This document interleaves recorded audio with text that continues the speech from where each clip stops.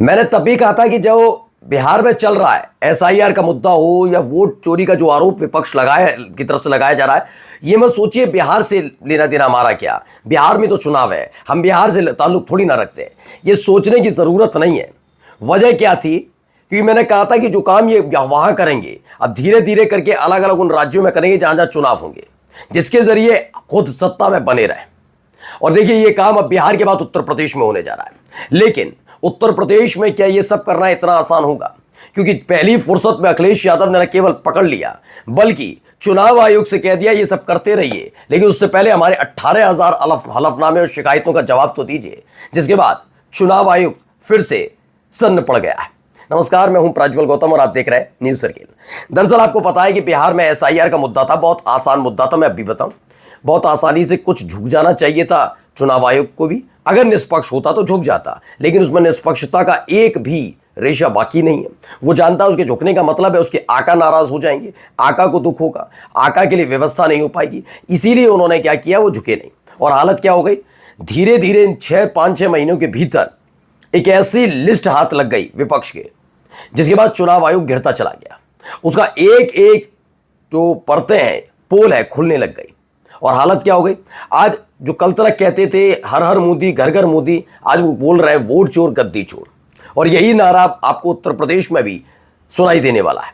वजह क्या है कि बिहार के बाद अब यहां पर भी एक ऐसा ही पुनरीक्षण किया जाने वाला है, यानी एसआईआर के तर्ज पर ही हो रहा है, जिसमें खास तौर पर एक काम किया जाना है।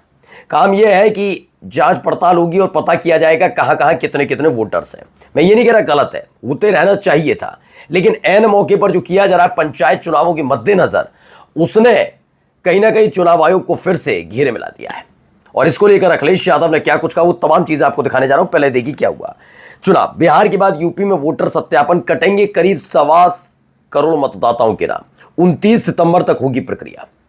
सबको पता है पंचायत चुनाव अगले साल जनवरी फरवरी में हो जाएंगे, और उसके लिए पहले से ही बीजेपी तैयार है। बीजेपी के सामने मुसीबत यह है कि भारतीय जनता पार्टी के जो अपने सहयोगी हैं, जिसमें ओम प्रकाश राजभर हैं, जिसमें संजय निषाद हैं, जिसमें अनुप्रिया पटेल हैं, इन लोगों ने पहले ही कह दिया कि हम पंचायत चुनाव जो है वो बीजेपी से अलग हटकर लड़ेंगे, हम बीजेपी के साथ नहीं लड़ेंगे।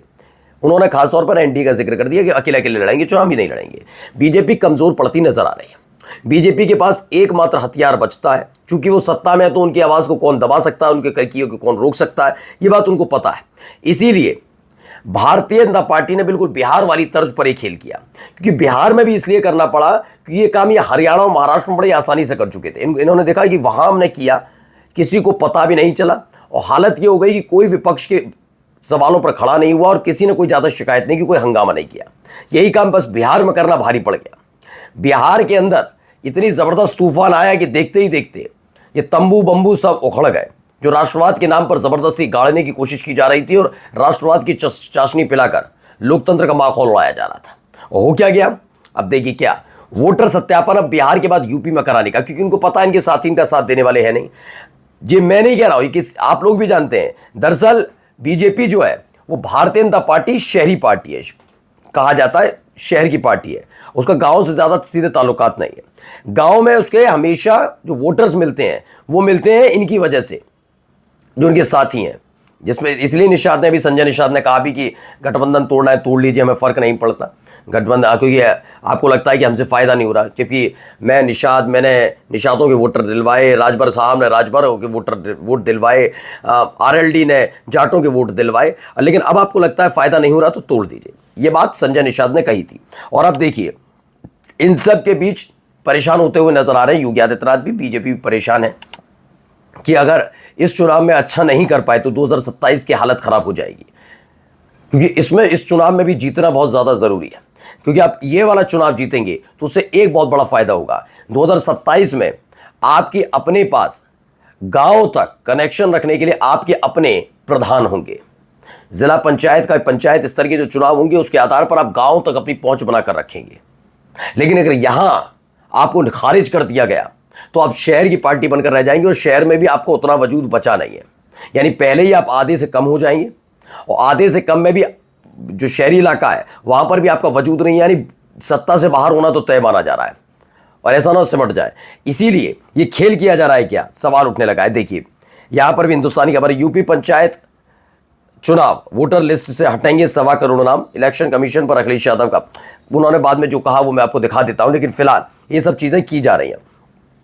इन सब के बीच अखिलेश यादव ने कहा कि जब जुगाड़ आयोग, अब ये इसे चुनाव आयोग नहीं कहते, जुगाड़ आयोग एआई से 1.25 करोड़ का अपना घपला पकड़ सकता है, तो फिर हमारे द्वारा दिए गए 18,000 में से केवल 14 एफिडेविट का जवाब देने के बाद बचे 17,986 एफिडेविट का क्यों नहीं।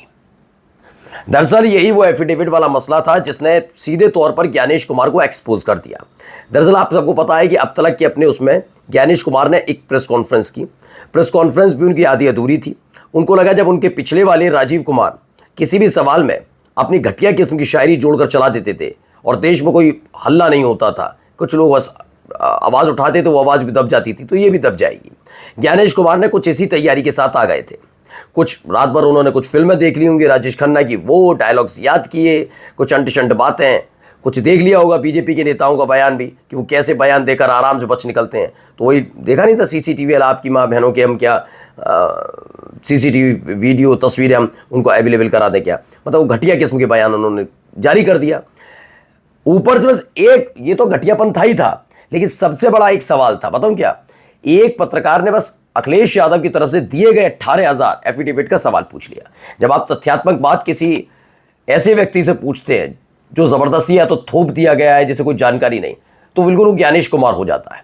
मैंने इसलिए कह रहा हूं कि ज्ञानेश कुमार को पता ही नहीं था कि अखिलेश यादव ने अपनी शिकायत में 18,000 एफिडेविट, 18,000 जो लोगों का एफिडेविट था, 14 एफिडेविट का जवाब दिया, 18,000 जो एफिडेविट दिए हैं उन 18,000 एफिडेविट में कि उनके पास पर्ची भी है। जब ये सवाल पूछा गया 18,000 एफिडेविट का जिक्र होता, उसका जवाब क्यों नहीं दिया, तो ज्ञानेश कुमार ने कह दिया नहीं, कोई ऐसा नहीं दिया गया, एफिडेविट दिया ही नहीं गया, हलफनामा दिया ही नहीं गया। और 2 घंटे बाद ही पूरे देश में लहरा दिया गया अखिलेश यादव की तरफ से दिया गया एफिडेविट, यानी ज्ञानेश कुमार झूठे किस्म के व्यक्ति हैं, यह साबित हो गया। और तब से वो बेचारे मुंह नहीं दिखा पा रहे। अब एक बार फिर से उत्तर प्रदेश के लिहाज से ही सही, अब उत्तर प्रदेश में भी कुछ ऐसे ही 18,000 एफिडेविट का मसला उठाया है, लेकिन 1.25 करोड़ मतदाताओं के नाम कटेंगे। आप सोचिए 1.25 करोड़। अब पहला सवाल यह कि इसका मतलब इससे पहले जो चुनाव हुआ 2022 में वो गलत चुनाव था, क्योंकि अगर आप 1.25 करोड़ मतदाता पकड़ रहे हैं तो ध्यान रखिएगा, और जहां जहां पकड़े जा रहे हैं वहां वहां उपचुनाव भी हो चुके होंगे। जहां जहां पकड़े जा रहे हैं, पूरी लिस्ट मिलनी चाहिए इसकी, तो जहां जहां पकड़े जा रहे हैं वहां पर उपचुनाव भी 11 सीटों पर हो चुके हैं। क्या उसको भी बीजेपी ने ऐसे ही जीता क्या? इन्हीं 1.25 करोड़ मतदाताओं के दम पर क्या बीजेपी चुनकर आई है? इस तमाम सवालों को जवाब कौन देगा? जवाब दे पाएगा चुनाव आयोग? नहीं, वो नहीं चुनाव आयोग देने के लिए तैयार। 1.25 करोड़ मतदाता अचानक से याद कहां से आए? किसने डेटा दिया? कहां से चुनाव आयोग के पास आया? और अगर चुनाव आयोग को पता है अगर ऐसा है तो आगे आकर कहता क्यों नहीं है कि यहां घपला घोटाला होता है, धांधली होती है? एक तरफ मना करते हो ऐसा कुछ नहीं है, फिर आप एआई की मदद से 1.25 करोड़ मतदाता पकड़ लेते हो। अपनी ही बात में फंस गए और अखिलेश ने ऐसा फंसाया है। ज्ञानेश कुमार मुंह नहीं दिखा पा रहे। नमस्कार।